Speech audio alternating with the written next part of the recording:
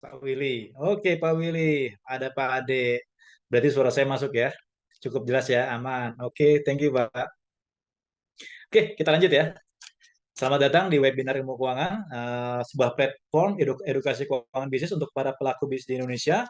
Acara ini disponsori, bukan disponsori ya, acara ini didukung oleh View Optical, Zaire Accounting, juga Clove Research, dan tentunya oleh ilmukeuangan.com. Perkenalkan ya, nama saya Bayu Nurbayanto. Insya Allah 1-2 jam ke depan saya akan memandu Bapak, Ibu, dan teman-teman sekalian di webinar pada hari ini. Oke, ini saya cek udah berapa pesertanya. Udah 90 ya? Wah, luar biasa. Oke, teman-teman, seperti yang dijanjikan oleh para, bukan para ya, mungkin Anda lihat di Instagram atau di sosial media Anda, hari ini kita akan bahas banyak dengan materi, sebentar saya share screen ya. Oke, masuk ya share screen saya.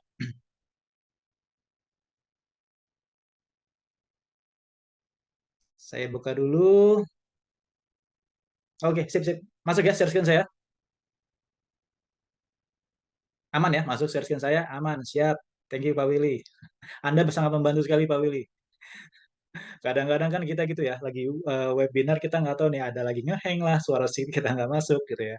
Oke, hari ini kita temanya bisnis financial check up sebelum scale up nih pas banget ya. Kita akhir tahun ya Desember financial check up sebelum sebelum scale up. Nah ini udah di penghujung tahun 2023. Insya Allah 13 Desember 2023 ini 1 jam ke depan kita akan live stream ya via Zoom dengan Coach Zak langsung. Buat teman-teman yang belum kenal mungkin ya dengan Coach Zak, izinkan saya perkenalkan Coach Zak dulu. Oh, ini kenapa nggak mau kebuka ya? Nah ini nih penyakitnya gini nih kadang-kadang kalau lagi nge-zoom nih. Share screen-nya nggak mau keluar. Share screen-nya mau keluar tapi nggak mau geser ya.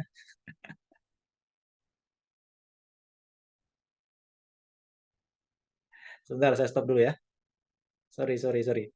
Saya juga bingung kenapa nih ya. Bentar ya, saya geser dulu ya. Saya mau buka slide-nya profil Coach Yusak, tapi dia nggak mau bergerak ini. Oke, oke.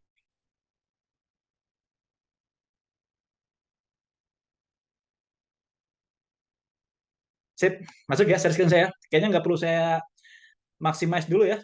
Takutnya ngeheng lagi kayak tadi gitu ya.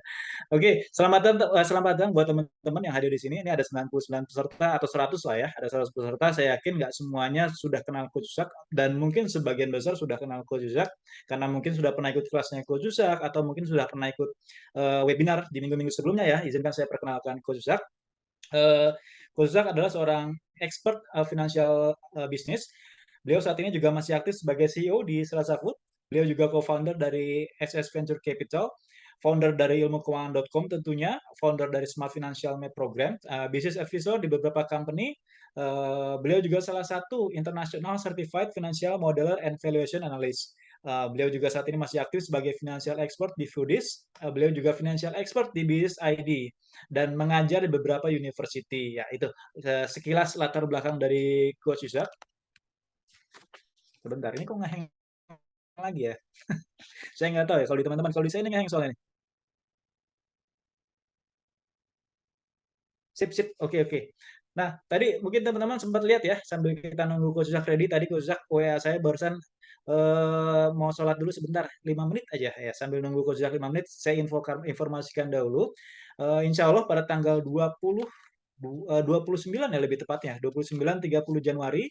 Ini spesial awal tahun ya, buat teman-teman yang mau belajar langsung dengan Coach Zak. Insya Allah kita di Jakarta hadir pada tanggal 29 sampai tanggal 30 Januari, 2 hari ini ya, untuk kelas CFO. Jadi buat teman-teman yang belum daftar, ini udah open pendaftaran, silahkan daftar ke admin ilmu keuangan. Kita bakal belajar banyak di kelas CFO ini. Nanti materinya apa aja mungkin akan saya jelaskan nanti di pertengahan acara ya. Materi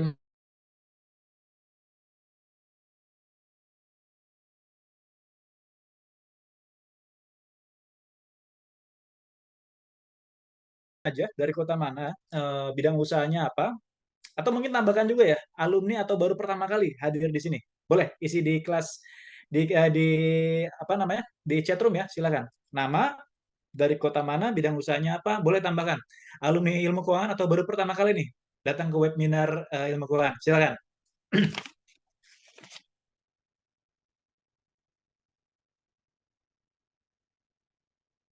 Masih ngetik kali ya? Silakan teman-teman sekalian. Ya, diketik. Boleh, boleh, boleh absen. Ada Bu Amelia, silakan Bu Amelia dari kota mana Bu? Bidang usahanya apa? Apakah alumni juga mungkin ya?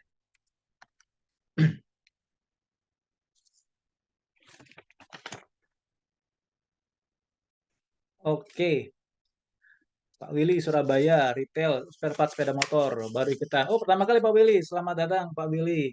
Saya pikir Pak Willy yang Bekasi, bukan ya? Pak Willy yang di Surabaya. Oke, ada Bu Ica, skincare. Salam kenal Bu Ica. Skincare ini lagi tumbuh banyak ya di Bandung. Saya baru kali ketemu klien kita banyak skincare dari Bandung nih ya. Pak Imam Pekanbaru, alumni SFM 21. Berarti kurang lebih 4 bulan lalu Pak ya. Oke. Bu Amelia dari Sidoarjo, usaha LBB apa tuh Bu ya? Bu Ira Cikampek, wah boleh. Betul Pak, semakin pusing skincare banyak sekali. Iya, nggak apa-apa Bu. Kita belajar bareng-bareng dengan Coach Yusak di sini. Oke. Oke, sekalian-sekalian saya bacakan ya aturan tata cara ya, tata cara teman-teman nanti di webinar pada ini. Insya Allah kita ada 2 sesi. Nanti sesi pertama, Coach Yusak akan memaparkan materi pada hari ini ya, terkait dengan apa namanya,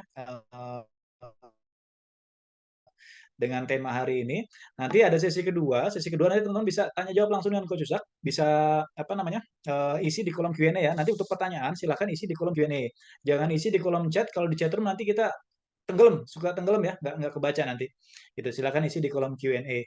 Oke, alhamdulillah udah hadir Coach Yusak sini nih. Assalamualaikum Coach.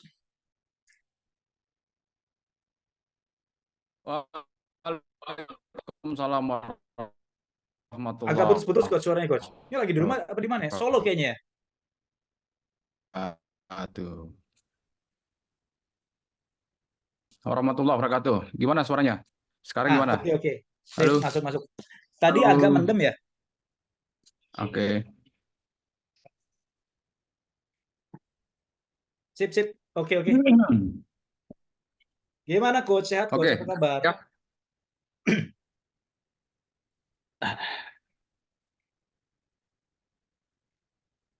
Oke, alhamdulillah sehat, alhamdulillah. Di Solo Alhamdulillah. Coach nih ya. Kayaknya lagi di Iya, hotel nih. iya lagi di kamar hotel. Oke oke. Oke Coach, ini kita udah perkenalkan juga nih di chat room juga udah absen ya teman-teman ya. Banyak dari beberapa kota ya. Sekarang udah hadir berapa nih? Sorry, saya cek dulu nih. Udah hadir 114. Alhamdulillah, biasanya nambah terus ya, insya Allah ya, bakal nambah terus. Hari ini kita temanya sesuai dengan flyer yang kita share ke teman-teman, bisnis financial check up sebelum scale up. Ya, tentunya ya, ini udah akhir tahun ya teman-teman, financial check up dulu nih. Alhamdulillah nih Coach Uzak sudah ada di sini. Kita bakal belajar banyak dengan Coach Uzak. Seperti saya sebutkan tadi, nanti sesi pertama silakan teman-teman ikuti dulu materinya dari Coach Uzak ya. Nanti kalau ada pertanyaan silakan isi di kolom Q&A. Nanti di sesi kedua kita lanjut dengan diskusi ya. Oke, Coach. Waktu dan tempat kita persilakan untuk Coach Yusak. Silakan, Coach. Oke, bismillahirrahmanirrahim. Oke, assalamualaikum warahmatullahi wabarakatuh. Waalaikumsalam warahmatullahi wabarakatuh. Alhamdulillah, alamin. Alhamdulillah, salatu wassalamu ala rasulillah. Amma ba'd. Eh, Oke, teman-teman, alhamdulillah kita bisa ketemu lagi gitu ya di Weekly Juminar gitu ya. Jadi Weekly Juminar adalah sesi sharing, sharing ilmu tipis-tipis. Tipis-tipis saja gitu ya, tapi insya Allah Tapi daging, tipis-tipisnya insya juga Allah. dalam. Jadi kita tiap hari Rabu, jika jika saya nggak berhalangan, saya akan sempatkan gitu ya untuk berbagi dengan teman-teman semuanya tiap Rabu malam ya, dicatat apa waktunya gitu ya. Kalau saya nggak ada halangan, kalau saya nggak ada satu safar yang misalkan nggak memungkinkan ya, seperti minggu depan. Minggu depan sepertinya wait, minggu depan masih bisa sih, Insya Allah ya. Nanti kita coba ya. Jadi Lagi saya ada umroh bukan, Coach? Minggu depan. coba nanti lihat jadwalnya ya. Hmm. Ya, jadi Insya Allah saya ada umroh, mau berangkat umroh minggu So, depan. soalnya beda jam kan?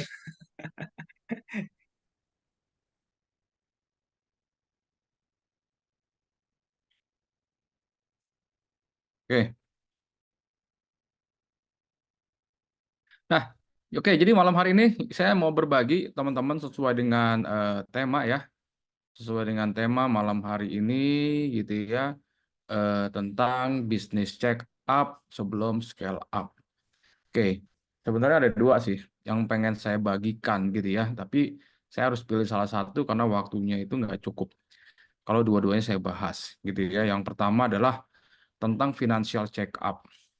Yang kedua adalah tentang jebakan-jebakan atau trap ya ketika Anda lakukan scale up. Nah, jadi insya Allah malam hari ini saya mau sharing yang kedua ya tentang apa yang mesti Anda perhatikan ya ketika Anda ingin melakukan scale up. Nah, saya mungkin akan ngebahas tentang ini ya jebakan-jebakan scale up karena ini jarang dibahas juga nih materi ini. Alright. Nah, jadi materinya agak saya geser sedikit, tapi berkaitan ya. Kalau tadi saya pengen ngebahas tentang financial check up, tapi saya khawatir waktunya nggak cukup karena tadi saya udah bilang kalau saya harus nggak bisa lama-lama gitu ya, harus istirahat.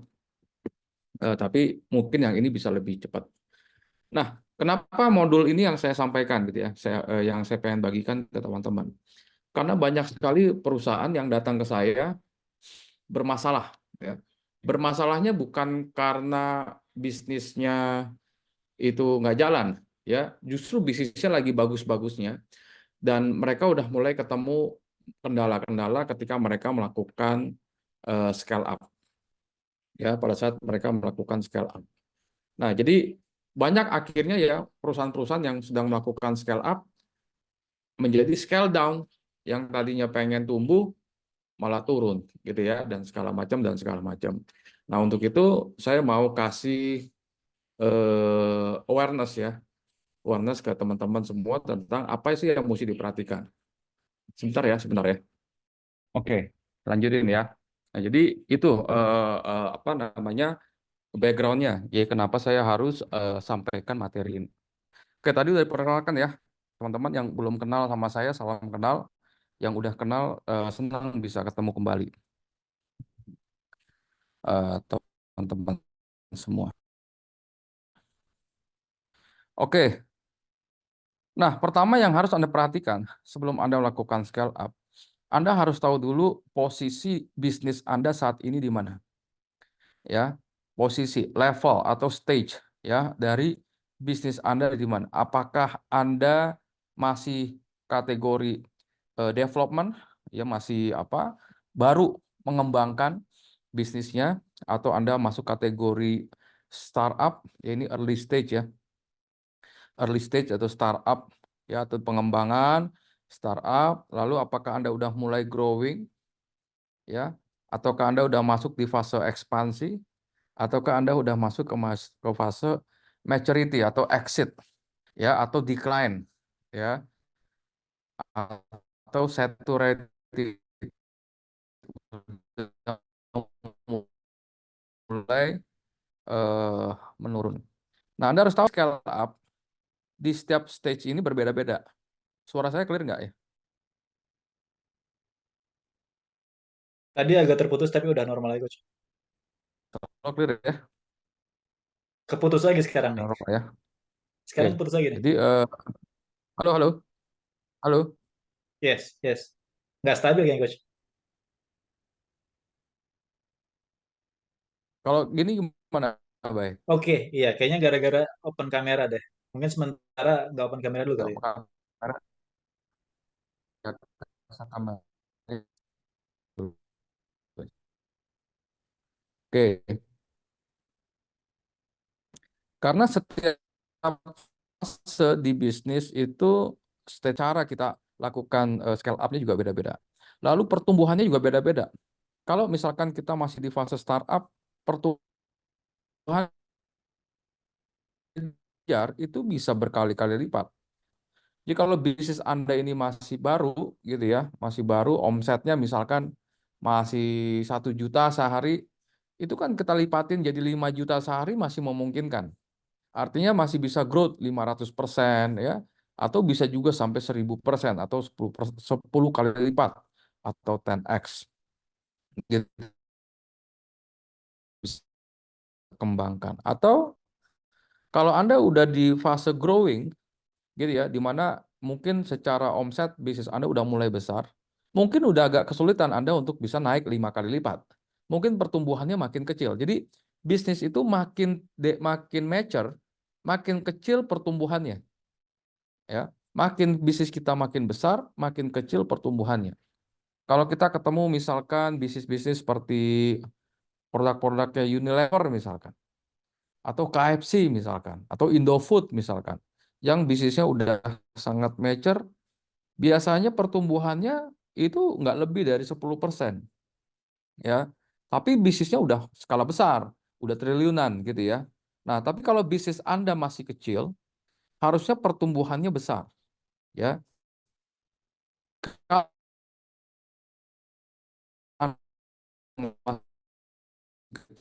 Coach, putus-putus coach, suaranya coach. pertumbuhannya kecil, ada yang salah bisa besar. Ya, jadi itu mindsetnya. Nah, jadi Anda harus tahu dulu di mana posisi bisnis Anda hari ini, ya, saat ini. Baru kita tentukan strategi scale up-nya. Nah, ini ada beberapa catatan ya berdasarkan pengalaman saya, bisnis-bisnis yang gagal melakukan scale up. Kenapa? Nah, yang pertama adalah produknya belum mencapai market fit. Produknya ini masih sebenarnya belum fit to market.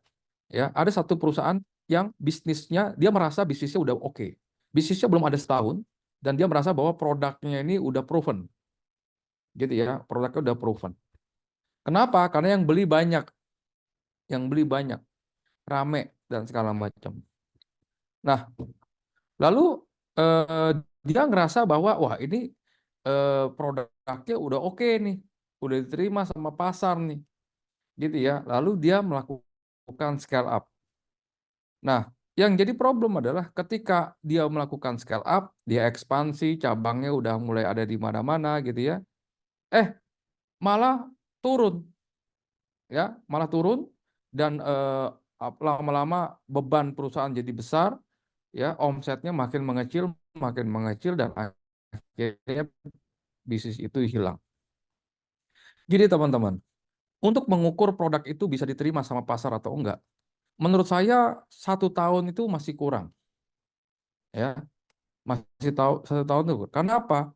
Karena ada banyak sekali pesaing gitu ya di luar sana yang juga mengintai produk kita gitu.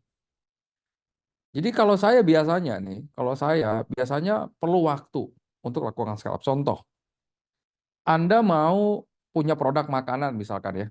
Ini saya cerita berdasarkan ada satu perusahaan ya. Dia punya produk makanan. Lalu ketika produknya itu dijual gitu ya, lalu dia pakai konsep marketing yang kreatif gitu ya, lalu pakai TikTok lah, pakai influencer, kalau akhirnya produk itu terima sama market, produk itu dibelilah sama orang. Tapi produk itu belum ada setahun, gitu ya, belum ada setahun dan belum ada traction, saya bilang, bagi penjualan. Teman-teman, beda data sales dengan data market, beda. Ya. Apa yang diinginkan sama market? Jadi gini, produk yang terjual lebih banyak di bisnis, produk itu adalah produk dengan penjualan tertinggi di perusahaan Anda. Belum tentu. Ya, kita harus tes dulu produk itu betul-betul bisa diterima sama pasar atau enggak. Bisa dilihat dari repeat ordernya, bisa dilakukan FGD, bisa dilakukan validasi dan segala macam, banyak faktornya. Karena produk itu ukurannya nggak cuma enak gitu, tapi juga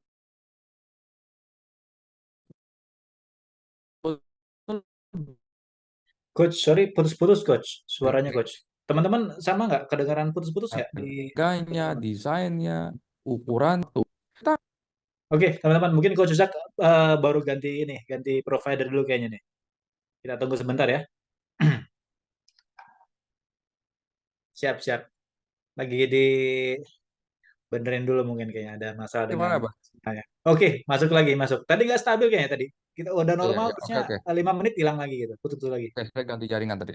Ganti jaringan. Oke, siap-siap. Sekarang udah ya. Oke. Nah, jadi yang pertama tuh masalahnya produknya belum ada. Akhirnya produk tersebut ya yang tadi saya bilang tadi belum ada setahun tapi penjualannya bagus gitu ya karena dia push dengan marketing dan segala macam. Dia masukin produk itu ke jaringan retail nasional ya. Dia terlalu pede ya dia masukin dia bayar listing fee ya yang cukup mahal ya miliaran gitu ya untuk masuk ke jaringan retail nasional. Apa yang terjadi teman-teman? Apa yang terjadi? Produknya retur besar-besaran. Dan produk itu udah hilang sekarang. Ya. Jadi dan apa namanya dia bisnisnya ya model-model snack-snack kayak gitu. Artinya apa teman-teman? Produknya belum diterima sama pasar. Belum. Ya tentunya banyak ada banyak ya analisanya gitu. Tapi intinya adalah produk ini belum setahun. Walaupun penjualannya di tahun ini bagus, belum berarti produk itu udah ada traction-nya. Orang angka repeat ordernya aja masih belum kelihatan kok. Ya, dari sisi brandnya juga masih belum kelihatan kok. Selama ini penjualannya masih didorong-dorong pakai influencer, masih marketing yang bekerja, bukan produk yang bekerja gitu. Ya, artinya itu menurut saya eh, terlalu cepat dia melakukan scale up. Artinya akhirnya perusahaan itu harus tutup ya dan meninggalkan banyak hutang. Ya, jadi karena melakukan scale up belum waktunya. Dan itu banyak lagi, ya nggak cuma satu perusahaan yang saya ceritain ya teman-teman. Jadi kalau Anda mau lakukan scale up, poinnya adalah pastikan produk Anda memang betul-betul proven atau konsep bisnis Anda betul-betul proven, gitu ya, sudah diterima sama pasar. Ya, dilihat data traction-nya, dilihat data repeat order-nya, dilihat apa dilakukan FGD dan segala macam. Nah ini yang pertama nih, ya kesalahan sebelum melakukan scale up. Nah, yang kedua, marketing trap, ya jebakan. Jadi, ketika mereka mau lakukan scale up, biasanya yang mereka lakukan adalah bikin satu strategi marketing campaign yang bombastis, gitu ya, bombastis. Dia pasang KOL, influencer dan segala macam. Di produk yang tadi ya, produknya belum belum market fit itu yang pertama. Akhirnya dia menceritakan, mengkampanyekan produk yang sebenarnya belum diterima sama pasar. Yang kedua, marketing yang dijalankan ini nggak jelas tujuannya apa. Apakah tujuannya untuk awareness, apakah untuk membuat orang tertarik, ataukah membuat orang mau beli atau apa. Jadi nggak jelas. Akhirnya ujung-ujungnya cash flow-nya jadi masalah. Banyak perusahaan yang saya temui ya gitu ya, mereka lakukan aktivitas marketing yang luar biasa dahsyat gitu ya di TikTok-nya dan segala macam gitu.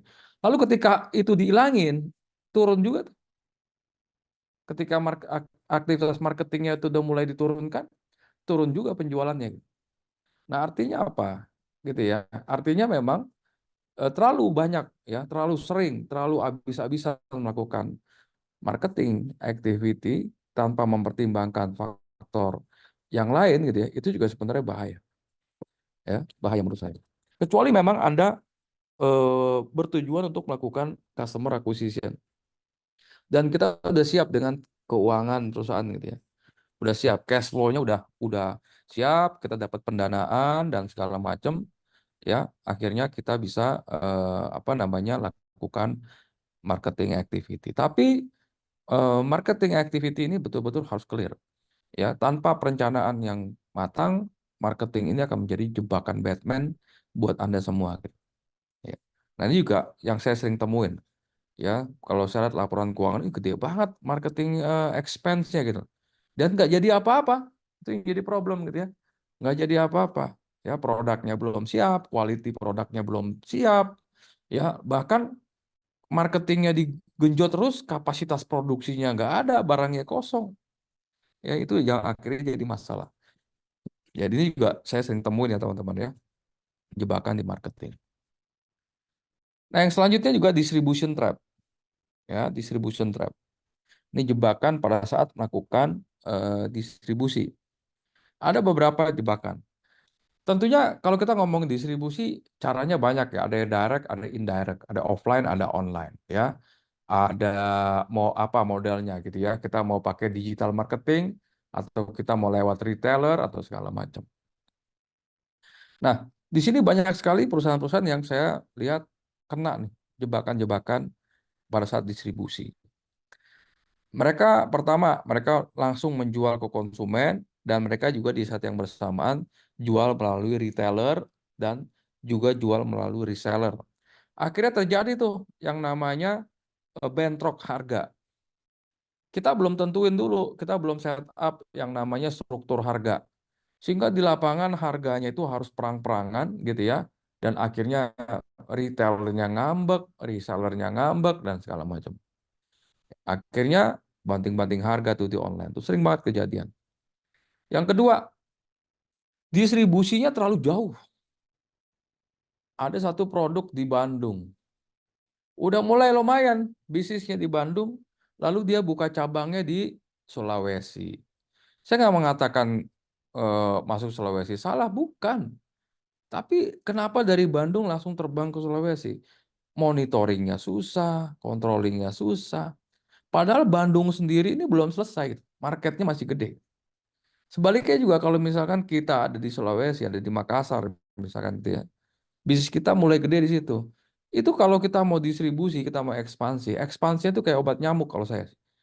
Pelan-pelan, lingkaran kecil gitu ya, lingkaran kecil itu main di ring satunya. Jangan langsung lompat-lompat. Ya, kita pertama buka di Bandung, lalu terbang buka ke Sulawesi, langsung buka lagi di Medan, langsung buka. Terlalu jauh. Ya, akhirnya apa? Kita nggak bisa monitor. Kan ada teknologi, tetap aja ya, selama yang mengelola itu orang, itu yang namanya eh, eh, hubungan atau pertemuan itu wajib gitu. Ya, walaupun ada teknologinya, ya teknologi nggak bisa 100% menggantikan manusia. Ya, padahal kalau perusahaan itu fokus dulu distribusi di daerah Bandung, penetrasi dulu di daerah Bandung. Kalaupun dia mau ekspansi masih mungkin sekitaran Jawa Barat, ya mungkin dia bisa menang dulu. Jadi kalau saya di blueprint gitu ya, di blueprint sebelum kita menjadi national champion, sebelum Anda distribusi secara nasional, Anda juara dulu di lokal gitu. Ya konsepnya sama. Sebelum ikut SEA Games, ya juara dulu di PON gitu. Sebelum ikut Asian Games, juara dulu di SEA Games-nya, ikut dulu gitu. Ya sama, ya Jawa Barat dulu kuasai. Setelah Jawa Barat mulai masuk Jawa Tengah, mulai masuk Timur, ya mulai terbang ke Bali dan perlahan bertahap. Jadi jangan langsung karena keburu kepengen bisnisnya ada di mana-mana malah akhirnya hilang di mana-mana. Yang di Sumatera nggak ke kontrol, nggak ke monitor gitu ya. Akhirnya mereka sibuk nutupin cabangnya satu-satu.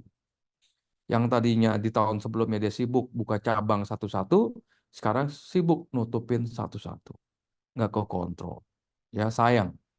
Ya jadi jebakan distribusi juga harus diperhatikan. Yang kedua, ada satu perusahaan distribution trap berpengaruh terhadap credit risk ya. Credit risk. Dia berbisnis dengan distributor. Entah gimana cara dia memilih atau menentukan kriteria distributor. Ya dia cuma bekerja sama dengan temannya dan temannya itu bersedia membeli dengan jumlah yang banyak, lalu sama dia dikasih diskon dan dikasih termin of payment. Oke lu, oke gue mau beli yang banyak nih, gue mau jadi distributor lu. Tapi kalau distributor harus ada minimum apa pembelian. Oke nggak apa-apa. Tapi gue minta termin payment 30 hari. Apa yang terjadi teman-teman? Ya, barangnya diambil, uangnya nggak ditransfer. Ya, uangnya nggak ditransfer. Udah 30 hari jatuh tempo. Dan nggak kebayar. Ya, ada risiko kredit macet ya yang mereka harus dapatkan. Itu juga harus hati-hati teman-teman. Ya, artinya kita nggak bisa sembarangan memilih partner, apalagi partner itu meminta termin of payment. Ada risikonya. Kalau distributornya itu distributor berpengalaman, fine. Itu juga mungkin kita akan minta jaminan gitu. Ya, baik bentuknya bank garansi atau apapun gitu ya. Nah, ini juga harus diperhatikan teman-teman. Ya, banyak perusahaan yang gagal ya atau bermasalah, kejebak ya di distribution trap. Ya, perhatikan. Nah, co-founder trap. Ini juga banyak saya temuin. Bisnisnya lagi mulai growing, mulai beda visi. Ya, mulai beda visi antar sesama co-founder. Sesama foundernya beda visi. Gue maunya ke sana, gue maunya ke timur, gue maunya ke barat. Akhirnya bisnisnya stuck. Ya, bisnisnya stuck. Akhirnya mulai itu ada gap di antara founder dan akhirnya mereka harus menghabiskan waktu untuk menyelesaikan masalah. Nah, ini juga harus dipikirin, teman-teman. Dari awal mikirinnya soal founder, co-founder. Nah, kadang-kala kita kalau baru bangun bisnis, itu dengan mudahnya kita mengajak orang lain untuk bergabung, join bersama kita di bisnis yang kita pengen kembangkan. Gitu. Aku pengen ngajak si A, aku pengen ngajak si B, aku pengen ngajak si C, gitu ya. Karena Anda ngerasa kenal, entah itu teman sekolah, teman kuliah, gitu, atau teman sepekerjaan, atau segala macam, gitu kan. Di awal-awal ngebangun semuanya indah, gitu. Ketemu teman, ya, bisnis bareng teman, dan segala macam. Lalu nanti ketika udah mulai besar, mulai deh tuh visinya. Kenapa saya sampaikan ini? Saya lumayan sering ketemu yang seperti ini, gitu ya. Ada masalah. Sampai akhirnya ya pilihannya ya salah satu harus ada yang mengalah, gitu ya. Akhirnya yang satu menjual saham ke pemilik yang lainnya, ya. Atau malah dua-duanya keluar, gitu ya. Akhirnya bisnisnya nggak bisa dijalankan. Nah, ini juga harus diperhatikan. Artinya saya nggak mengatakan Anda berbisnis dengan teman, dengan saudara itu nggak boleh. Tapi intinya harus jelas, ya. Harus clear, ya harus clear, ada hitam di atas putihnya, gitu loh. Karena urusan bisnis, nggak bisa dibawa ke pertemanan, nggak bisa dibawa ke persaudaraan. Kalau saya pribadi, saya orang yang memisahkan. Ya, urusan-urusan pertemanan, urusan-urusan ke saudara-saudaraan atau kekeluargaan dengan urusan bisnis. Karena di bisnis kita harus objektif, ya, karena ada angka-angkanya gitu. Jangan sampai bisnis yang kita bangun malah gagal gara-gara hal-hal non teknis seperti ini gitu.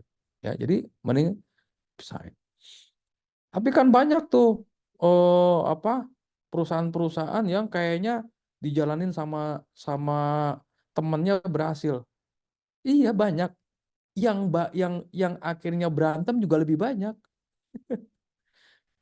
Tapi kan ada tuh bisnis-bisnis yang dijalanin pasangan itu berhasil. Ada emang, saya nggak bilang nggak ada. Tapi yang hampir cerai juga banyak. Mau saya sebut brandnya, ya. Jadi hati-hati di situ, gitu ya. Jadi nggak semuanya bisa. Ya, kalau saya ngerasa saya nggak bisa. Kalau saya ya, karena saya di bisnis mencoba untuk objektif, ya. Jadi itu harus diperhatikan tuh co-founder. Dan kalaupun iya harus clear perjanjiannya. Harus ada hitam di atas putih, ya. Karena ada teman saya bilang bahwa akad akta perusahaan beda dengan akta pernikahan. Beda apalagi dengan pertemanan. Itu beda, itu harus dipisahkan urusan-urusan seperti itu. Ya, harus clear urusannya. Saya udah sering menangani founder, co-founder berantem, tahu-tahu, coach, bantu dong kita hitungin nilai perusahaan. Kenapa? Kita mau jual saham. Kenapa dijual? Ya, nggak mau ngaku. Begitu saya gali, berantem. Ya, sering banget saya kayak gitu. Ya, ada 3 orang bikin, yang satunya berantem. Sama aja kayak grup band, gitu. Vokalisnya keluar, gitu. Sama. Jadi ini harus diperhatikan, harus jelas.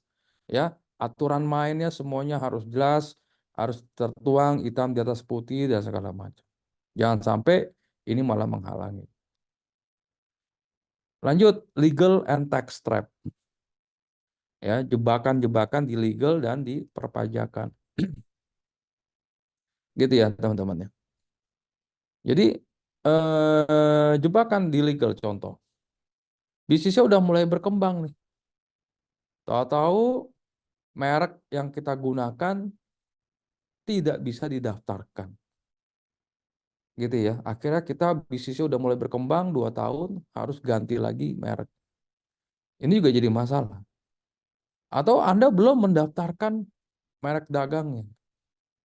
Gitu ya. Sehingga ada orang yang mengklaim ya merek dagang itu. Nah, ini juga bahaya. Jadi menurut saya urusan-urusan legal beberapa itu harus diurus di depan.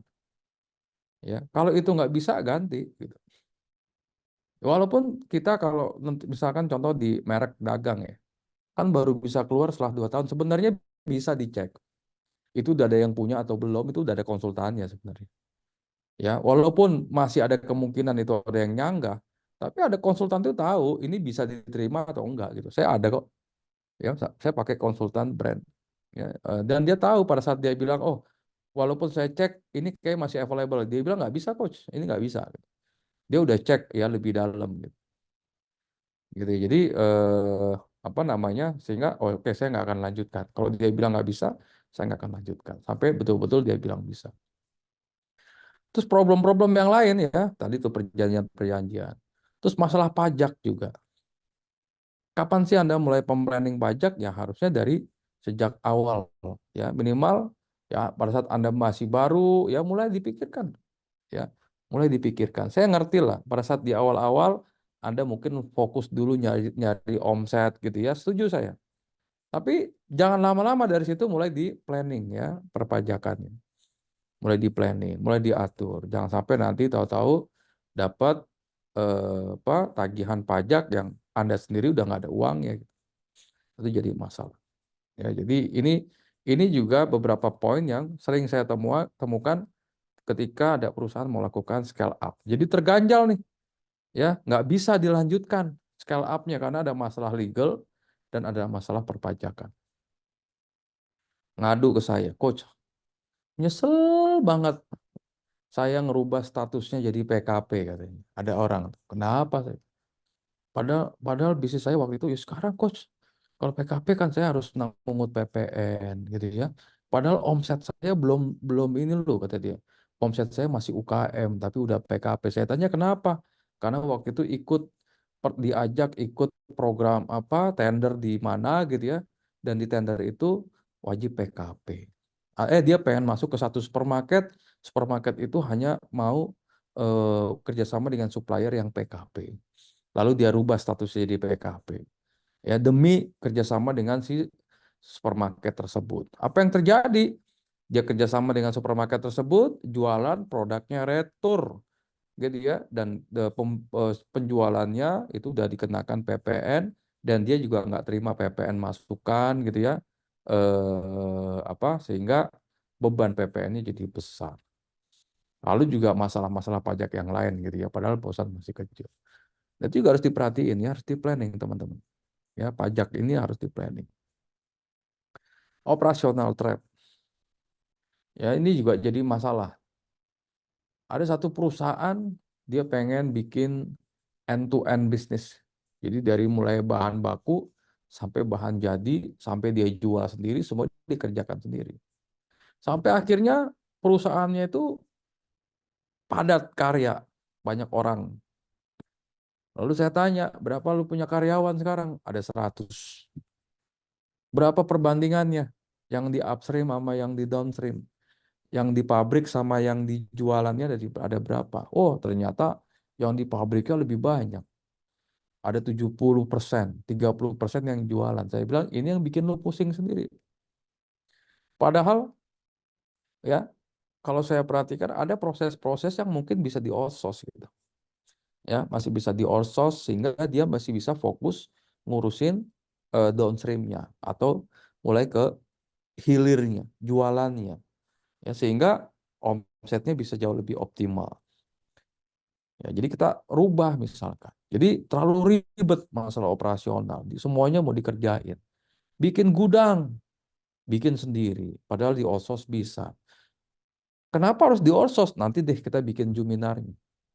Ya, saya nggak mengatakan Osos itu paling benar, enggak. Tapi Anda handle sendiri juga belum tentu benar, Son. Jadi handle sendiri belum tentu benar, Osos belum tentu benar. Nanti kita belajar nih cara ngitungnya gimana. Kapan kita Osos, kapan kita ngerjain sendiri. Itu ada hitungan itu. Ya. Nah, itu akhirnya perusahaan itu bebannya jadi berat gitu ya. Masalah operasionalnya juga jadi besar dan akhirnya juga bermasalah. Oke. Funding. Ya, ini juga jebakan, salah satu jebakan yang paling banyak. Alih-alih dia dapat investor. Duit investor masuk gitu ya ke perusahaannya, tapi begitu ngelihat perjanjiannya, sebenarnya uang itu bentuknya hutang. Kenapa? Karena ada bentuknya hutang dan harus dibalikin uangnya tersebut, lalu ada bunganya dan tetap si investor itu juga mendapatkan porsi saham. Ada yang kayak gitu, banyak. Ini masalah ketidaktahuan, ya, terlalu terburu-buru mendapatkan funding tanpa tahu ya resiko-resiko dari pendanaan. Yang namanya uang masuk ke perusahaan kita itu ada biayanya. Ya, kalau bentuknya itu pinjaman, biayanya itu bunga. Kalau bentuknya equity, biayanya adalah cost of equity, gitu ya. Bisa bentuknya dividen segala macam. Nah, itu harus clear, ya. Harus clear bentuk uangnya itu apa, ke siapa, apa ekspektasi dari si investornya itu harus jelas. Kontraknya kayak gimana, ya, perjanjian-perjanjiannya seperti apa. Ya, akhirnya apa? Banyak perusahaan yang didirikan sama si foundernya, ujung-ujungnya berpindah perusahaan itu ke orang yang invest. Ya, pindah. Yang kedua, banyak juga perusahaan masih di level startup, ya. Mereka menerima funding dan si investornya langsung meminta jumlah saham yang cukup besar. Langsung mintanya majority. Jadi dia harus melepas 50% lebih dari kepemilikannya. Padahal bisnisnya masih kecil. Sampai Anda sadar, kok Anda kehilangan kendali ya gitu ya. Karena Anda udah minoritas, kendali udah dipegang sama si investornya, lama-lama bisnisnya makin bagus, Anda yang ditendang. Ada yang kayak gitu? Ada. Ada orang cerita kayak gitu ke saya. Coach, ada investor coach, mau naruh duit 5 miliar di perusahaan saya. Tapi dia mintanya 55%. Gimana coach? Saya bilang gini, logikanya ya. Dan uang itu diinvest ke perusahaan ya. Kalau saya naruh duit 5 miliar ke perusahaan Anda, dan saya meminta 55% saham untuk saya, maka sebenarnya saya sedang berinvestasi ke perusahaan saya sendiri. Benar nggak logikanya, teman-teman? Saya tuh naruh duit ke perusahaan Anda. Saya naruh duit ke perusahaan saya. Kenapa? Karena mayoritas ya dari kepemilikan itu udah di tangan saya. Maka saya akan pegang kendali. Gitu ya. Maka CEO-nya saya berhak memilih CEO. Saya berhak memilih direktur keuangan. Saya berhak menentukan arah strategi perusahaan. Kalau perusahaan itu jadi gede gitu ya. Nah, maka yang paling banyak menikmati ya saya gitu. Bisa dipahami nggak, teman-teman? Ada nggak yang kayak gini? Ada, ya. Jadi harusnya tetap kita pegang kendali, gitu ya. Jadi juga banyak masalah ya, nggak cuma itu aja dari sisi funding. Jadi hati-hati juga teman-teman. Ya saya nggak mengatakan oh, jangan sampai funding, nggak, tapi hati-hati, ya. Makanya ada forum-forum seperti ini gitu ya, ada forum-forum seperti ini untuk kita bisa belajar. Ya, saya sering lah apa eh, ya tiap minggu lah teman-teman bisa tanya gitu. Jadi kalau bisa juga dimanfaatin nih forum-forum seperti Juminar gratis ini untuk Anda tanya-tanya gitu ya. Kalau ada hal-hal yang menurut Anda memang perlu Anda konsultasikan. Lalu apalagi trapnya nih? Capital allocation trap. Penempatan dana yang salah. Anda punya duit, dapat investor, malah bisnisnya nggak berkembang. Kenapa? Karena salah mengalokasikan duitnya.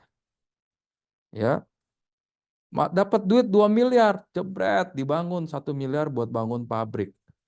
1 miliarnya buat modal kerja sama operasional. Akhirnya pabriknya itu belum tentu maksimal, duitnya udah keburu habis. Or terlalu banyak juga bakar duit.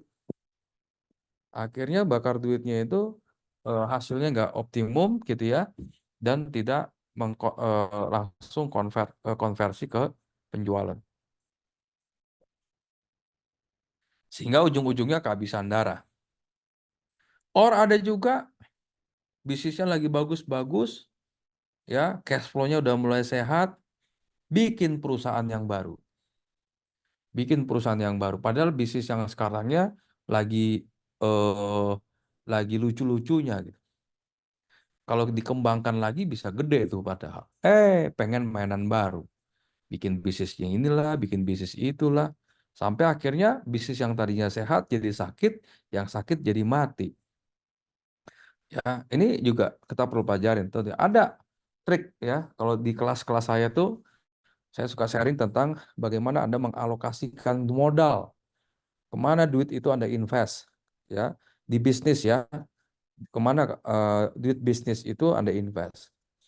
Ya, kemana? Apakah organic growth? Ya, tentunya pengelolaan duit perusahaan dengan uang pribadi a little bit sama tapi beda, ya, beda. Nah, jadi apa? Kita bisa tumbuh secara organik gitu ya. Kita bisa invest ke teknologi, ke marketing, ekspansi, atau kita bagi dividen, atau kita buyback saham, atau kita lakukan inorganic growth, ya, merger, akuisisi dan segala macam. Itu ada tuh. Ya, jadi penempatan modal yang salah ini juga salah satu jebakan yang menyebabkan perusahaan itu kehabisan darah, cash flow. Nah, yang terakhir adalah cash flow trap.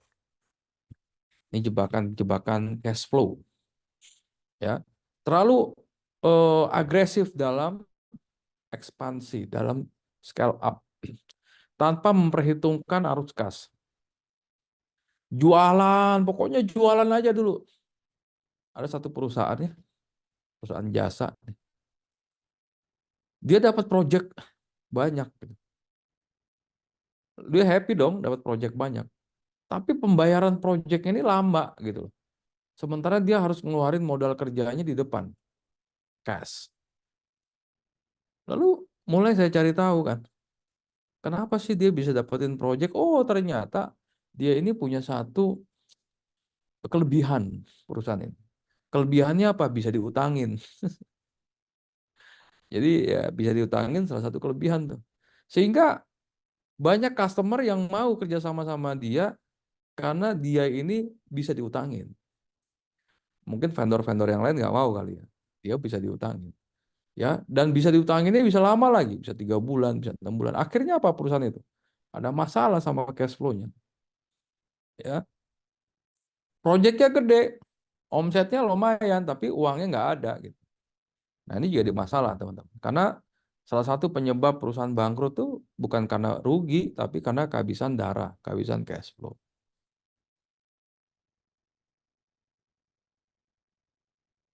Gitu ya. Nah, dia hati-hati teman-teman. Jadi kita harus bisa ngelola cash flow tetap sehat. Apalagi sekarang cash is king. Cash is king. Sekarang itu gamenya adalah cash flow. Siapa yang bisa pegang cash flow paling banyak, dia yang akan mendapatkan kemenangan. Jadi cash is king. Starbucks, cash is king. Semuanya ngejar cash. Nike ngejar cash. Ya, mereka bagaimana pegang selain profitability, bagaimana dia juga bisa mendapatkan cash flow yang sehat. Gitu ya teman-teman ya. Jadi ada beberapa poin ya yang mungkin bisa kita perhatikan sebelum Anda melakukan scale up ya. Anda harus tahu dulu di mana posisi Anda, lalu juga cek produk Anda gitu ya, udah market fit atau belum, lalu program marketingnya gitu ya, tentunya juga harus terarah, terukur gitu ya, jangan sampai cuma sekedar kegiatan buang-buang duit doang. Lalu juga distribution trap-nya, kalau Anda masih apa berkembang di lokal dulu juara, ya juara lokal dulu, baru jadi mulai masuk ke nasional, gitu ya. Jadi bertahap, gitu ya.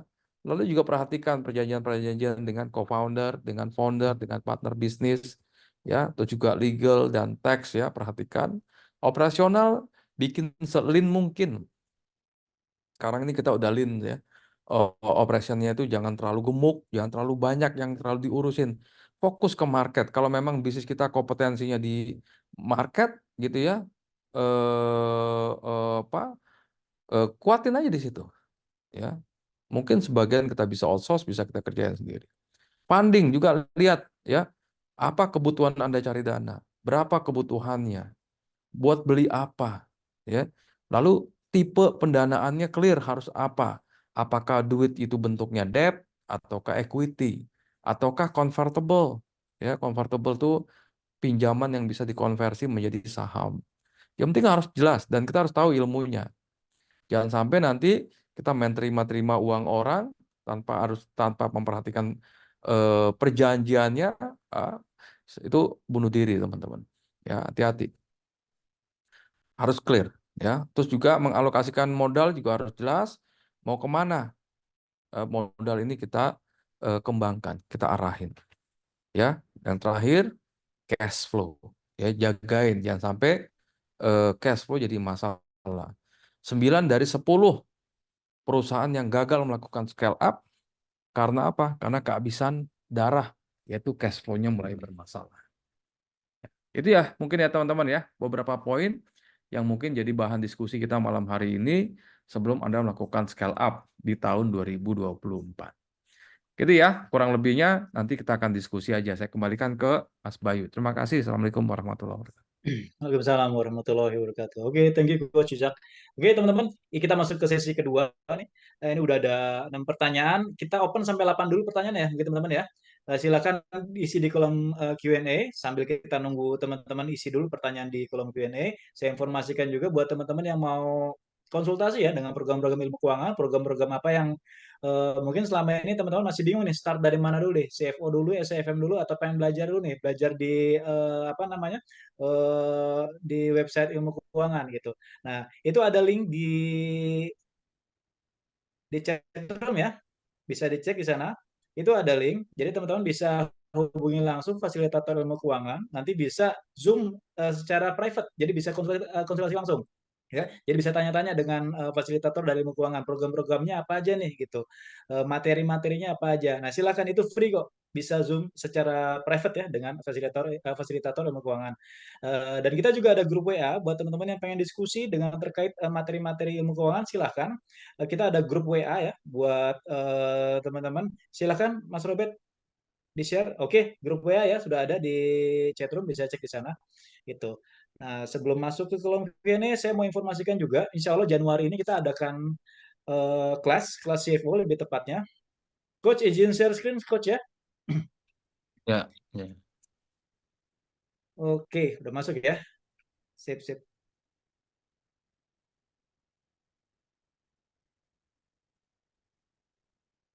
Sebentar, kok ngeheng di saya. Oke, sip.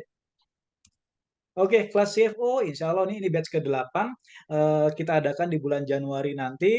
Teman-teman pastikan hadir di sini. Kita bakal banyak belajar dengan Coach Cak langsung ya. Kita bakal mendalami materi-materi tentang CFO mindset, CFO value creation, leadership finance, business strategy and set priority. Kita belajar juga financial skill, kita belajar cash flow mastery, dan juga belajar lebih mendalami capital allocation. Nah, bukan hanya itu juga, nanti selama 2 hari tersebut kita belajar dengan Coach Uzak. Nah, nanti kita langsung praktek nih, apa yang kita pelajari selama 2 hari tersebut, kita tuangkan langsung ke financial dashboard canvas di sini. Kita bakal belajar financial KPI, cash flow fundingnya seperti apa, capital allocation and risk-nya seperti apa. Jadi nggak cuman kalau kuliah kan kita dapat materinya, terusnya besok pulang udah lupa materinya apa. Nah, ini dengan Coach Uzak kita belajar 2 hari, full ya, dengan materi-materi tersebut. CFO mindset, CFO value creation, leadership finance, business strategy, and set priority, dan lain-lain ya. semuanya nanti kita tuangkan, langsung kita aplikasikan ke apa namanya financial dashboard Canvas. Nah, ini buat long term goal. Nanti outputnya teman-teman kita bisa banyak belajar tentang long term goal. Kita belajar juga growth strategy, kita belajar financial KPI, kita belajar cash flow funding, juga kita belajar capital allocation and risk. Gitu. Ya seperti yang tadi di barusan dipaparkan oleh Coach Yusak. Nah, ini nanti pendaftarannya 7,5 juta rupiah. Insya Allah kita adakan pada tanggal 29 sampai 30 Januari, 2 hari ya di Jakarta. Nanti teman-teman buat peserta yang hadir di sini, ini teman-teman dapat voucher ya. Nanti di akhir acara pantengin aja di chat room-nya. Nanti pasti ada dari manajemen bakal isi di chat room. Dapat vouchernya berapa nih buat peserta yang hadir di sini? Dapat diskon berapa? Gitu kurang lebih. Oke. Sip, ini pertanyaan udah masuk. Sorry, saya stop share screen dulu. Udah masuk 8 ya, alhamdulillah coach. Coach udah ready nih coach, 8 pertanyaan kita open sampai 8 dulu aja mungkin ya. Coach Yusak mau istirahat dulu mungkin ya. Kita start dari 8 pertanyaan. Oke, coach silakan coach.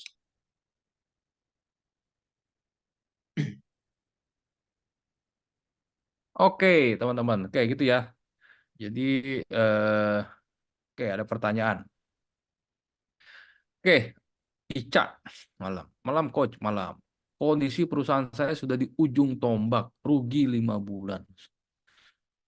Posisi saat ini sedang pinjam dana ke bank, namun saya percaya tahun depan saya punya strategi yang bisa dilakukan. Saat ini saya belum ada pemutihan karyawan, karena saya butuh tim ini untuk menjalankan strategi ini. Planning ke depan saya tambah platform pinjaman coach, karena butuh dana tambahan. Dari cash di atas, apakah ada saran? Gini, ketika bisnis lagi turun, ya, Anda cari pinjaman berarti Anda meningkatkan risiko. Ya, pinjam duit itu baru cocok kalau bisnis Anda lagi growth. Jadi itu yang disebut dengan leverage. Jadi hutang itu bahasa lainnya adalah leverage, yang karena memang fungsi dari hutang itu adalah meleverage harusnya. Kalau Anda kondisi perusahaannya lagi nggak sehat, pinjam pakai bentuk pinjaman itu sebenarnya meningkatkan resiko bisnis. Ya, saya nggak mengatakan ini nggak boleh, tapi harus dianalisa lebih dalam. Karena kalau bisnis lagi nggak sehat, lawan biayanya harusnya variabel, bukan fix. Sementara hutang itu sifatnya fix, gitu ya. Walaupun hutang itu dibanding equity lebih murah biayanya, tapi dari sisi resiko bisnis itu akan lebih beresiko. Ya, mungkin Anda perlu lakukan konsolidasi dulu ya, dengan tim, gitu ya. Oh, yang penting mereka punya semangat, Anda punya strateginya. Mungkin kita kurangi dulu fixed cost, ganti dulu jadi variabel. Jadi saran saya, kalau kondisinya seperti ini dan Anda masih punya semangat, pada saat kita mau melakukan perubahan gitu ya, kalau Anda betul-betul yakin ini akan berhasil, selama proses itu kalau bisa biayanya lebih banyak menggunakan biaya variabel dibanding biaya fix. Itu saran saya. Karena nanti kalau ini saya nggak ngedoain yang jelek gitu ya. Artinya yang namanya bisnis ya kadang berhasil, kadang enggak gitu ya. Nah, kalau ini ada masalah lagi, ini akan jadi masalah yang ngegulung nanti. Jadi menurut saya sih coba bijak dalam menggunakan struktur biaya. Gitu ya Mbak Ica ya. Mudah-mudahan membantu dan bisnisnya bisa kembali besar. Amin. Izin coach, untuk OPEX back office itu kita sisihkan dari net operating income gitu ya, NOI ya. Gitu ya. Dari net operating income bukan nih. Kalau sudah kemitraan, apakah OPEX back office itu bisa kita bebankan di fee royalty nanti. Manajemen fee ya bisa-bisa aja. Ya, manajemen fee bisa-bisa aja. Jadi kalau itu masih konsolidasi atau masih satu entity, ya tujuannya apa? Nanti dibebankan, dialokasikan. Misalkan nih ada OPEX back office itu sifatnya fix. Tapi back office itu kan sifatnya supporting atau cost center. Ya, sementara outlet itu sifatnya profit center. Lalu OPEC back office itu dialokasikan pembebanannya ke outlet. Nah, boleh nggak? Boleh, gitu ya. Or misalkan outlet ngambil manajemen fee gitu ya untuk mendanai back office, boleh modelnya kayak gitu. Tapi yang mesti diperhatikan adalah terkait masalah perpajakan, ya. Dan tujuannya diperlakukan seperti itu untuk apa? Kalau cuma untuk analisa internal, gitu ya, boleh-boleh aja, gitu ya, untuk melihat yang mana yang sehat, yang mana yang enggak, gitu ya. Itu boleh aja. Nah, kalau satu entitas untuk pelaporan keuangannya, ya itu bisa kan dianggap sebagai dikonsolidasi semuanya pendapatan, biaya-biaya di outlet, lalu ada biaya back office. Sama aja sebenarnya. Ya makanya tujuannya apa. Nah yang kedua, kalaupun mesti dialokasikan, ada dua pendapat. Yang pertama dialokasikan secara rata, yang kedua secara proporsional. Kalau saya, kalau OPEC yang sifatnya fixed cost, saya lebih suka membaginya rata. Jadi kalau misalkan kita punya outlet 10, walaupun dari 10 outlet itu ada yang bagus, ada yang jelek, ya saya akan bagikannya rata. Kenapa? Karena prinsipnya apa? Fixed cost tidak boleh divariabelkan. Itu prinsip buat saya. Ya, karena OPEC back office itu adalah fixed cost, maka pembagian ke outletnya, kalau saya tidak proporsional berdasarkan kontribusi sales dari tiap-tiap outlet. Jadi outlet satu kontribusinya 50%, maka biayanya back office dibebankan 50% ke situ. Itu nggak bisa menurut saya. Malah kita nggak tahu nanti yang sehat mana, yang bagus, yang sakit yang mana kalau kayak gitu. Ya, jadi kalau saya membaginya secara rata. Ya, jadi boleh-boleh aja, banyak caranya itu. Ya. Oke, Sarah Lydia, bagaimana sih sistem pembayaran pajak reklame? Padahal untuk toko banner, padahal untuk toko banner dipasang di atas atap sendiri. Kenapa terkena biaya besar? Bagaimana kita tahu kita dimanipulasi sama orang pajak? Ya, kayak konsultan. Reklame itu bukan tempatnya.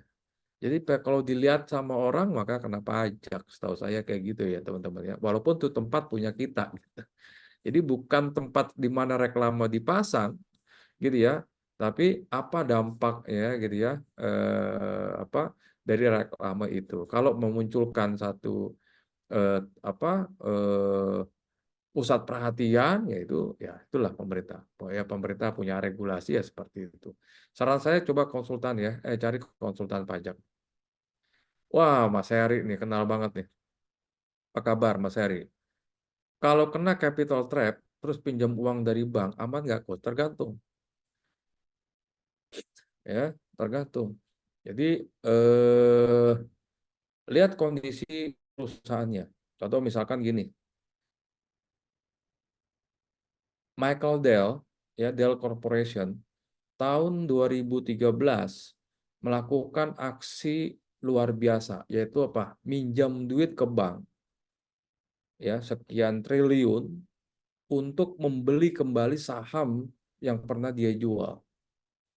Kenapa? Karena waktu itu Michael Dell ngerasa perusahaan yang dia pernah dirikan, Dell Corporation, itu udah besar, lalu begitu go public, sahamnya udah dimiliki sama publik, dikelola tidak benar menurut si Dell. Sampai akhirnya si Dell sebagai pendirinya ini kesel, ya, kesel. Akhirnya dia pinjam duit, ya, untuk, nah, tapi dia punya strategi dan dia yakin gitu. Ya, dia yakin betul. Akhirnya dia bisa nyelesain dan Dell Corporation menjadi perusahaan yang besar. Jadi sangat memungkinkan, banyak analisanya, gitu kan? Banyak analisanya. Ya, dia pinjam uang ke bank untuk melakukan buyback, gitu ya, dari saham yang pernah dia jual. Bisa aja gitu. Tapi kita yakin, ya kalau di bahasa finance ini yang sebut namanya leverage buyout, ya leverage buyout atau melakukan restrukturisasi atau melakukan akuisisi dengan cara menggunakan hutang. Tapi leverage buyout atau LBO ini ada analisanya, harus betul-betul bisa dihitung. Gitu ya Mas Heri ya. Semoga sehat-sehat terus Mas Heri ini. Mas Ayu, Mbak Ayu, coach perusahaan saya di bidang retail, mau retail fashion ya, modest atau modern kali atau modest ya, oke lah. Oke, retail fashion, modest fashion nanti. Kemarin TikTok tutup sangat berdampak, akhirnya pembayaran ke supplier macet. Lalu kita funding 2M, uang itu langsung kita pakai buat pembayaran ke supplier. Mengalokasikan dana funding jika dipakai jatuh tempo benar atau salah? Saya bilang salah, ya. Kalau duitnya itu dipakai buat hanya untuk bayar supplier. Kenapa? Duit yang Anda ambil 2M ini kan ada biayanya. Harusnya digunakan, prioritasnya adalah untuk mutarin, untuk recovery, ya. Untuk bagaimana Anda misalkan nih, wah, gue funding nih 2M nih, karena bisnis gue kena di TikTok. Nah, pertanyaannya, orang nggak beli di TikTok, belinya kemana sekarang? Ya, kita harus analisa dulu tuh. Gitu ya, analisa dulu. Sehingga duit yang kita ambil itu harusnya tujuan untuk rebound, untuk kembali bertumbuh. Ya, itu ya. Kalau enggak nanti Anda kena lagi kalau duitnya buat dibayar supplier, ya sebenarnya utang supplier hilang, tapi Anda punya utang, punya punya beban sama orang yang ngasih duit 2M tadi. Lalu gimana muterin bisnisnya? Bayarnya itu gimana? Kan cuma mindahin masalah doang ya. Ya enggak sih? Nah, yang bijak gimana? Nah, yang bijak pertama, Anda lakukan restrukturisasi pembayaran ke supplier. Ngomong baik-baik, ya. Jadi jangan langsung dibayar cash gitu ya, tapi kita minta tenggat waktu. Jadi dimundurin. Yang penting kita komitmen. Misalkan yang tadinya udah jatuh tempo, sekarang kita minta dibayar selama 6 bulan. Setiap bulannya kita bayar sekian. Ya, sehingga nggak ganggu cash flow. Ya, cash flow-nya masih ada untuk bisa kita recover. Gitu. Kalau semuanya habis. Diajak ngobrol suppliernya, kasih tahu kondisi yang ya, cerita perusahaannya seperti apa, ya harusnya sih supplier mau support, gitu ya. Jadi harusnya diputar, gitu ya. Andi, coach, kalau bisnis baru berjalan setahun dan di pertengahan tahun perjualannya naik, tapi di akhir tahun mulai menurun, bagaimana cara mempertahankan untuk membalikan posisi penjualan kembali agak naik tuh? Coba dianalisa tuh, banyak yang kayak gini. Ya, kenapa turun? Apakah coba dicek repeat ordernya, ya, penjualan selama ini dari orang yang sama itu beli berapa kali, berapa persen ya, retention rate-nya, ya, customer retention rate-nya itu berapa persen. Jadi coba Anda cek ya, customer-nya itu repeat ordernya berapa. Kalau repeat ordernya masih di bawah 10%, ya rasa-rasanya sih memang produknya belum fit to market.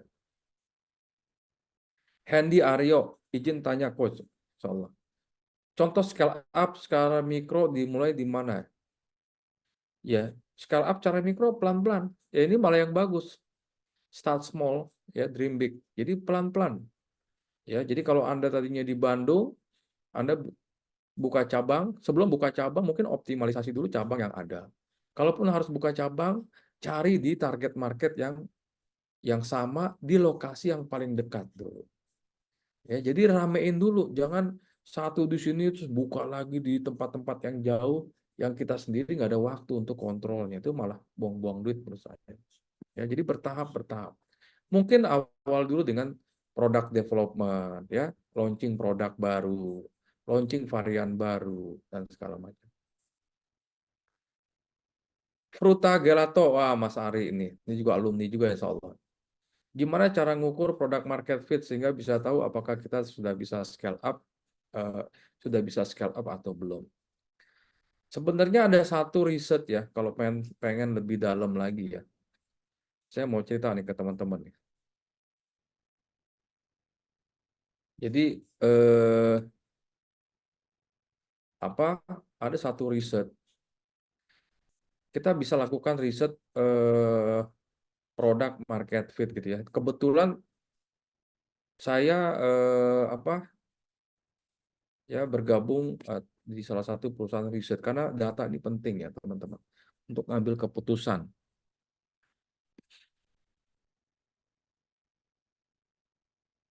Apa sih namanya? Nah,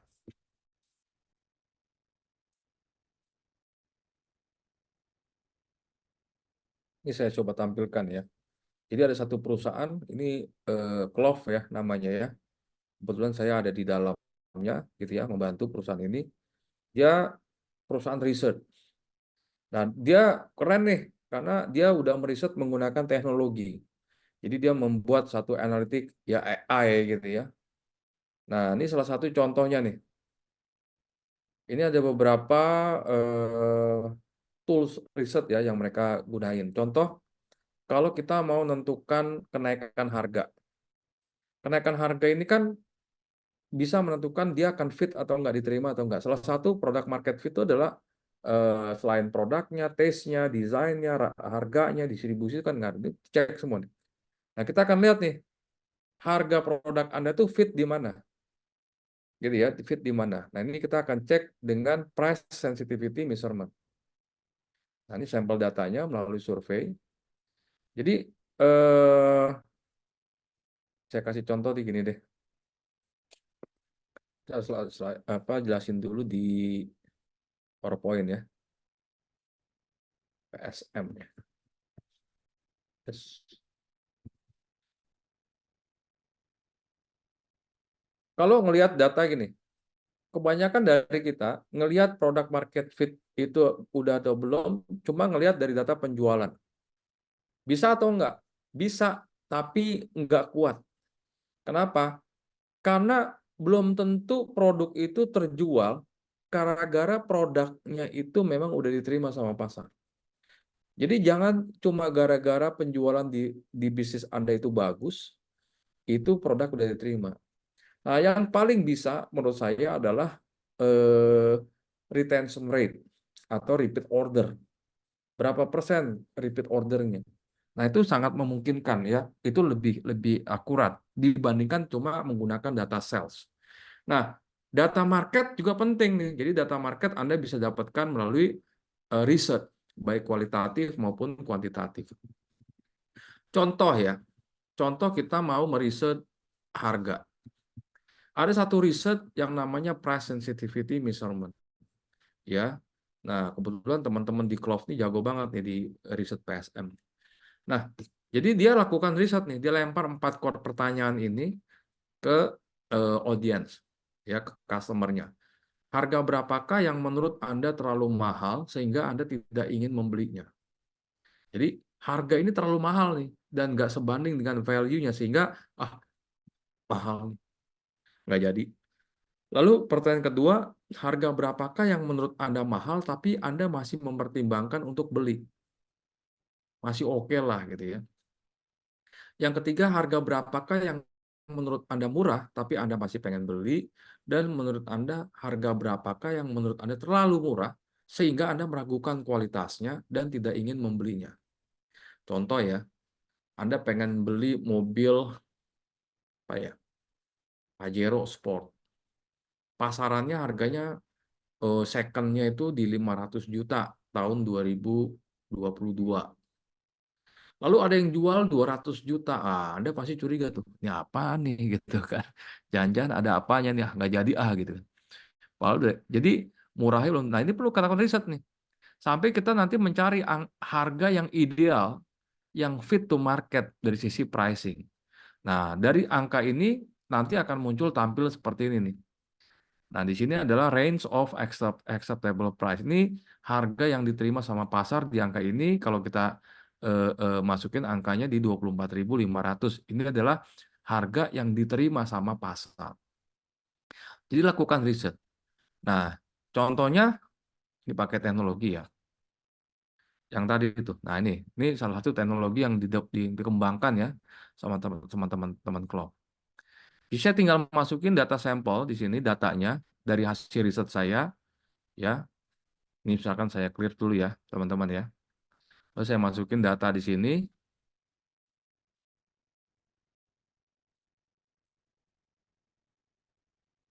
Yes.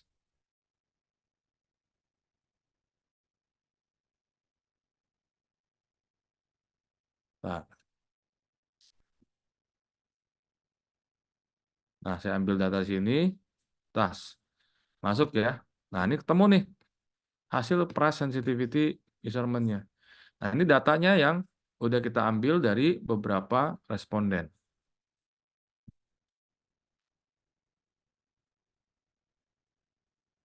Nah, jadi ketemu nih eh, angkanya range of acceptable price-nya berapa. Di sini udah kelihatan dikasih tahu ya.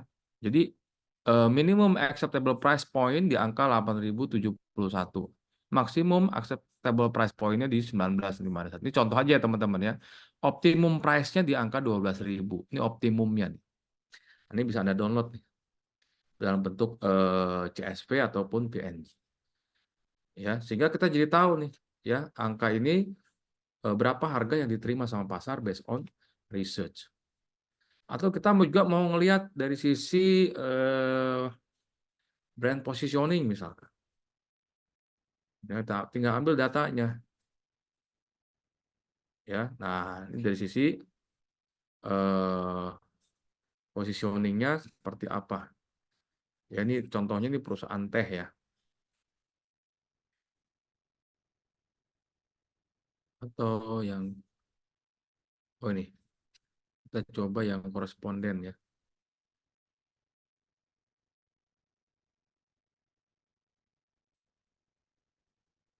Mana nih reportnya nih? Oh ini dia nih. Nah, jadi dia udah lihat nih. Jadi posisinya ada di mana nih? Ya, satu brand ini ada di mana? Jadi tahu nih. Ya, jadi poinnya adalah pertama kita bisa menggunakan data sales, ya, data retention rate, ya. Yang kedua data market melalui research. Gitu ya teman-teman ya, sehingga kita betul-betul yakin nih, oh ini udah oke nih, baru kita gas. Or bisa juga ini produk ini sebenarnya udah di market lebih dari 2 tahun, dari 3 tahun, dan udah ada traction-nya. Itu juga bisa. Gitu ya Mas Ari ya, seolah menjawab. Oke, teman-teman.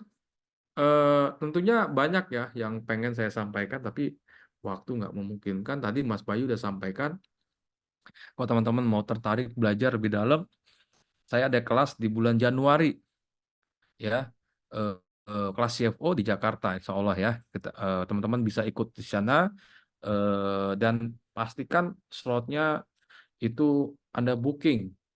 Karena untuk yang kelas besok nih, Sabtu Minggu besok, insya Allah saya akan ada kelas SFM, gitu ya, di Bandung. Itu udah full ya, udah full, jadi udah nggak bisa lagi kita masukin gitu ya. Jadi tapi ya coba aja teman-teman, kalau memang ini silakan hubungi panitia ya. Kalau memang masih mau yang ikut Bandung, barangkali ada yang mau, ada yang apa, ada yang biasanya tuh Ada coach dua lagi. oh ya, oh Dua tuh seat ya. Kalau teman-teman mau di Bandung nih, kita ada informasi ada dua seat kosong. Jadi kalau teman-teman mau daftar yang kelas di Bandung 16-17 Desember nanti, silakan hubungin adminnya. Oh, di chat udah ada tuh ya, di chat room, silakan hubungin gitu. Nah, kalau yang nggak sempat ya seperti coach bilang tadi, ikut aja kelas CFO Januari nanti insya Allah gitu. Coach, boleh coach cerita coach tentang CFO ini kita belajar apa aja dan kenapa nih teman-teman wajib lah ya, saya bilang wajib untuk belajar di kelas CFO ini bareng-bareng kita nih coach. Sekalian diskusi ya, ini kan kita keterbatasan waktu ya, hanya bisa beberapa orang aja bisa diskusi di sini. Mungkin kalau di kelas CFO nanti kita bisa banyak lebih intens dengan coach Isak. Boleh coach cerita coach nanti buat di Januari nah, nanti coach. ya. Ya banyak ya yang kita bisa pelajari nanti di CFO ini, the batch yang ke-8 Insya Allah. Jadi ini tentunya kelas yang berbeda dengan SFM. Kalau teman-teman alumni SFM belum ikut CFO, baiknya ikut CFO biar lengkap. Begitu juga dengan alumni CFO, bagusnya lengkapin dengan SFM. Karena nggak mungkin saya bikin dua kelas yang sama, cuma beda judulnya, nggak mungkin. Gitu ya. Jadi ini dua kelas yang beda. Kalau kelas CFO, kita belajar bagaimana Anda memimpin perusahaan, melit perusahaan, gitu ya, dari angle keuangan. Jadi leading with finance.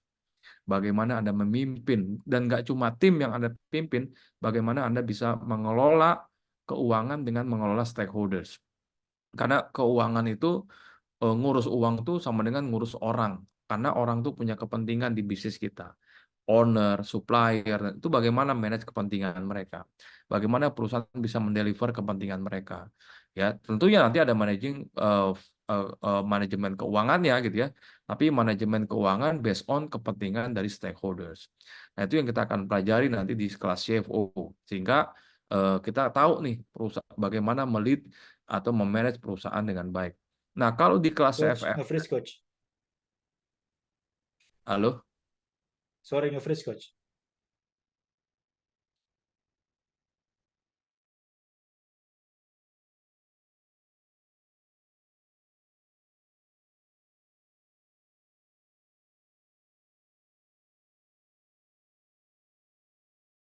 Hmm. Halo? Halo? Halo? Halo? Tes, tes. Oke, oke. Ya, gitu Sip, ya. mana-mana. Ya, sorry. Nah, kalau di kelas SFM, kita belajar tentang how to. Jadi bagaimana menghitung ini, bagaimana menentukan ini, bagaimana bagusnya bagusnya apa, in-house atau outsource, bagus mana pakai ini, pendanaan bagusnya. Nah, itu sudah di SFM tuh. Jadi yang bagaimana bagaimana how, how gitu ya, ngitung semuanya adanya di Smart Financial Map. Saya akan sampaikan tuh materi tentang bagaimana mengelola keuangan, hitung-hitungannya, analisanya detail ya di SFM selama 2 hari. Karena outputnya juga Excel. Nah, kalau di apa? Kalau di CFO outputnya adalah KPI. Jadi ya, outputnya adalah KPI. Jadi beda ya teman-teman ya. Jadi silakan ya, kita akan belajar banyak. Alhamdulillah yang kemarin juga banyak banget ya, ada 80 peserta gitu ya di kelas CFO yang join gitu.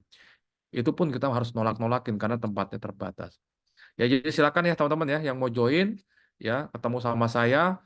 Yang mau ketemu Sabtu Minggu ini masih ada 2 slot ya. Ternyata ada yang mungkin ada yang nggak bisa berhalangan hadir gitu ya, jadi dia harus dimundurkan di batch yang selanjutnya. Ada 2 slot, silakan Anda ambil kalau Anda mau, ya bisa ketemu sama saya di Sabtu Minggu ini di Bandung. Gitu ya, teman-teman ya. Eh, saya kembalikan ke Bayu. Oke, melanjut tadi ya, melanjut tentang CFO tadi. Nah, ini udah keluar teman-teman pengumumannya ya. Buat yang mau daftar kelas CFO di Januari nanti, ini ada penawaran khusus. Saya bacakan ya, hanya untuk 5 pendaftar pertama Zoominar pada hari ini. Anda bisa cek di www.kelascfo.com. Bisa daftar di sana juga, atau bisa langsung daftar di sini ya, di link chatroom WA di chatroom ya. Harga normal 7,5, Anda cukup bayar 6 juta, lumayan tuh. Berarti berapa potongannya tuh? 1,5 ya, 1, udah gitu tambah lagi free e-course senilai 650.000 jurus keuangan. Jadi teman-teman selain dapat voucher senilai 1,5, Anda juga dapat voucher nih. Voucher yang udah kita susun ya dengan Coach Zak ya senilai 650.000. Lumayan nih, untungnya 2 juta lebih nih. Jadi kalau teman-teman daftar sekarang dapat keuntungan kurang lebih 2 juta ya, 2 juta lebih bahkan ya. Nah, ini akan dilaksanakan pada tanggal 29-30 Januari di Hotel Double Tree Jakarta.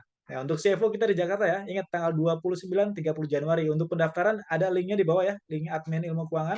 Silakan hubungi link admin keuangan. Untuk SFM, kalau teman-teman ada yang mau ikut kelas SFM 16-17, insya Allah Sabtu Minggu ini ya, masih ada 2 slot lagi. Lebih tepatnya kita kemarin udah hubungin IO-nya, ternyata masih bisa masuk dua seat lagi ya. Jadi kalau teman-teman mau daftar yang kelas Evo masih ada kesempatan.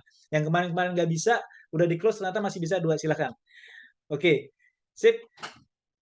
Dan lanjut lagi ya nih ya. Oke nih, buat teman-teman mungkin baru yang pertama kali hadir di webinar di ilmu keuangan, mungkin masih bingung nih, kelas CFO tuh apa aja sih materinya, pengen belajar dulu, pengen tahu dulu deh materinya apa aja, SFM apa aja materinya, ada yang online nggak gitu, atau ada pendampingan nggak, itu bisa Anda cek di chatroom, itu ada bagaimana program edukasi ilmu keuangan dapat mengatasi tantangan bisnis Anda, dapatkan free konsultasi private selama 30 menit bersama fasilitator ilmu keuangan. Nah, itu ada link WA-nya. Kemungkinan besar saya sendiri nanti yang akan ketemu sama teman-teman di Zoominarnya. Ntar kita jelaskan produk-produk kita apa aja, program-program kita apa aja gitu. Jadi Anda bisa tahu nih programnya, materinya apa aja. Saya butuhnya apa nih saat ini. Bisa hubungin link WA di chatroom gitu. Oke, Teman-teman, Coach, ini sebelum kita close, mungkin ada tambahan dari Coach Tak, mungkin closing statement, Coach ya. Silakan, Coach. Ya, oke teman-teman. Jadi poinnya ini udah pertengahan Desember. Saya ucapkan selamat mempersiapkan 2024 gitu ya. Semoga Anda closing 2023 dengan baik gitu ya. Yang bisnisnya ada masalah, saya doain semoga cepat selesai masalahnya gitu ya. Buat Amin, amin. Anda yang bisnisnya berkembang bagus, Insya Allah mudah-mudahan tahun depan jauh lebih maju gitu ya. Jadi terus belajar. Pesan saya terus belajar. Ya keep learning, jangan pernah berhenti belajar, jangan pernah puas karena bisnis ini bukan kurvanya itu bukan kurva yang datar seperti ini. Jadi bisnis itu kalau nggak naik ya turun, cuma gitu doang. Jadi Anda harus terus belajar, mempertahankan pertumbuhan bisnis. So, sampai ketemu ya teman-teman ya. Jadi mudah-mudahan kita masih bisa belajar dan kesempatan. Saya dan ilmu keuangan, insya Allah komitmen gitu ya untuk terus berbagi tentang ilmu-ilmu keuangan ya yang insya Allah Anda butuhkan karena saya melihat memang salah satu gap yang paling besar di salah satunya adalah financial knowledge ya ini yang gap yang mungkin saya diberikan kesempatan sama Allah gitu ya diberikan ilmu dari Allah gitu ya untuk berbagi ke teman-teman semua. Jadi saya juga nggak mau ilmu ini berhenti di saya pengen ilmu ini berhenti terus tidak berhenti kemana-mana sehingga manfaatnya jauh lebih banyak. Dan kalau ada teman-teman yang bilang, Coach, ada juga yang DM ke saya gitu ya, Coach, workshopnya mahal, saya nggak ada duit. Teman-teman sebenarnya yang mahal tuh bukan ilmunya. Ilmu saya bagikan gratis kok. Malam ini ada bisa gratis. Ya, yang mahal tuh kalau ikut workshop saya tuh hotelnya mahal. Lalu waktu saya juga saya harus ada di tengah-tengah Anda itu juga yang ada harganya. Buat saya yang mahal itu waktu ya, waktu mahal karena saya nggak pernah bisa beli tuh waktu itu kemana-mana. Jadi itu yang mahal. Jadi kalau Anda pengen belajar yang gratis sebenarnya setiap hari saya dan tim ilmu keuangan tuh komitmen kok konsisten untuk ngasih sesuatu yang gratis. Anda bisa akses di ilmukeuangan.com. Anda bisa belajar dari artikel gitu ya. Baca ini free. Setiap hari tim kita ini nulis artikel baru nih ya. Ada biaya tetap, biaya variabel dan yang download ini luar biasa. Masya Allah banyak banget. Saya lihat ada perusahaannya, ownernya perusahaannya udah IPO itu download semuanya, nonton ini saya tahu semua nih. Ya. Terus mereka juga download e-booknya gitu ya. Dan segala macam. Ini e-book sebulan itu ada 10 e-book yang dirilis teman-teman. Bisa baca dan e-booknya bukan e-book bohong-bohongan yang cuma 10 lembar. Ini e-booknya betul-betul ditulis seperti buku teman-teman. Anda bisa download di sini gitu ya dan Anda bisa dapatkan e-booknya dan ini free ya teman-teman. Jadi ada tim saya yang memang menulis ini. Anda mau template-template keuangan gratis, silakan download. Anda mau template-template reporting apa segala macam ada di sini. Mau nonton videonya ada dan segala macam. Jadi itu ya komitmen kami ya di ilmu keuangan untuk berbagi ya ke teman-teman semuanya. Gitu ya, mungkin ya. Jadi keep learning ya, keep growing gitu ya. Jadi insya Allah tahun depan bisnis Anda bisa maju semua. Gitu ya. Pesan saya teman-teman ya. Alhamdulillah jazakumullah khairan. Saya balikan lagi ke Mas Bayu. Assalamualaikum warahmatullahi wabarakatuh. Waalaikumsalam warahmatullahi wabarakatuh. Oke, thank you Coach Yusak. Luar biasa nih materinya, walaupun tipis-tipis tapi daging semua. Ya. Oke, demikian teman-teman webinar kita pada hari ini dengan tema scale up trap ya tentunya. Teman-teman boleh cek lagi di chat room ya, itu banyak informasi dari ilmu keuangan. Boleh Mas Robert, operator, silakan di-share ya.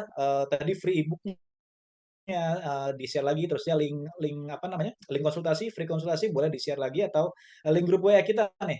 Jadi teman-teman bisa masuk di sana dan jangan khawatir nih kita masih tetap on selama 5 menit. Sebelum saya tutup nanti ada video dari ilmu keuangan terkait dengan highlight kelas CFO sebelumnya. Jadi teman-teman bisa tahu nih gambarannya kelas CFO gimana sih belajarnya, apa aja sih, suasananya gimana aja sih, entar ada di videonya, sambil teman-teman, cek itu ya, informasi dari Momongan. Oke teman-teman sekalian, saya Bayu Nurbayanto izin pamit, mohon maaf atas segala kekurangan, selamat beristirahat. Assalamualaikum warahmatullahi wabarakatuh.